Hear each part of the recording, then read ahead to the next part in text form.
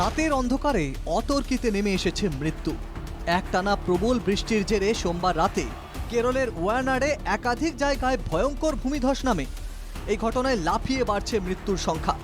মাটির নিচে বহু মানুষের চাপা পড়ে থাকার আশঙ্কা করছেন উদ্ধারকারীরা। ভারী বৃষ্টির জন্য বারবার উদ্ধার কাজ ব্যাহত হচ্ছে। উদ্ধার কাজে নামানো হয়েছে সেনাবাহিনীও। কেরলের ঘটনায় শোক প্রকাশ করেছেন প্রধানমন্ত্রী নরেন্দ্র মোদী। উদ্ধার কাজ নিয়ে কেরলের মুখ্যমন্ত্রী পিনারাই বিজয়নের সঙ্গে ফোনে কথা বলেন প্রধানমন্ত্রী। মুখ্যমন্ত্রীকে কেন্দ্রের তরফে সব রকম সাহায্যের প্রতিশ্রুতি দিয়েছেন তিনি। ওয়ানাডের ঘটনায় সকালে এক্স হ্যান্ডেলে শোক প্রকাশ করেছেন বিরোধী দলনেতা Rahul Gandhi.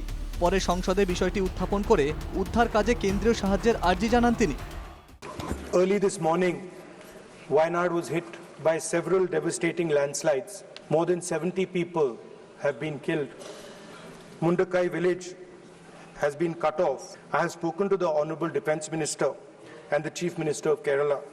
I request the Union Government to extend all possible support for rescue and medical care, immediate release of the compensation to deceased people, if that compensation can be increased as well, restore vital transport and communication lines, set up relief at the earliest, and prepare a roadmap for the rehabilitation of the affected families.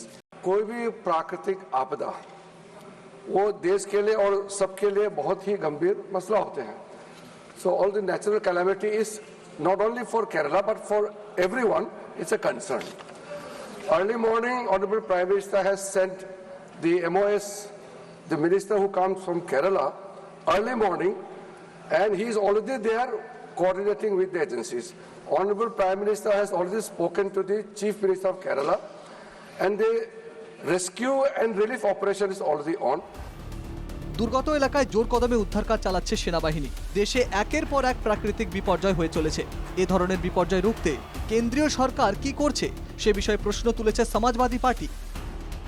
आपको याद होगा सरकार COP21 में गई थी। Global warming, climate change, ये बातें बहुत बड़ी बड़ी की गई। G20 में भी बड़ी बड़ी बातें की गई हैं। आज अगर वहाँ लैंडस्लाइड हुआ है तो कुछ दिन पहले उत्तराखंड की सुनने में आ रहा था कि बड़े पैमाने पे लैंडस्लाइड हुआ है और लगातार लैंडस्लाइड होते रहे हैं वहाँ पर। सरकार नेचुरल इस तरह की जो घटना होती हैं उसके लिए क्या कर रही है सरकार को बताना चाहिए।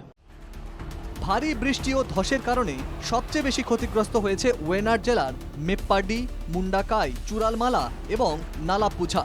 অবিরাম বৃষ্টি হয়ে চলায় কেরলের 8 জেলায় হাই অ্যালার্ট জারি করা হয়েছে। 30 ও 31শে জুলাই রাজ্যে শোক দিবস হিসাবে ঘোষণা করেছেন কেরলের মুখ্যমন্ত্রী। কেন্দ্রের তরফে দুর্ঘটনায় নিহত ও আহতদের পরিবারকে আর্থিক সহায়তার প্রতিশ্রুতি দেওয়া হয়েছে। চলতি পরিস্থিতিতে কেরলকে সব ধরনের সহযোগিতা করার আশ্বাস দিয়েছে কর্ণাটক ও তামিলনাড়ুও। Bureau report, NKTV Bangla.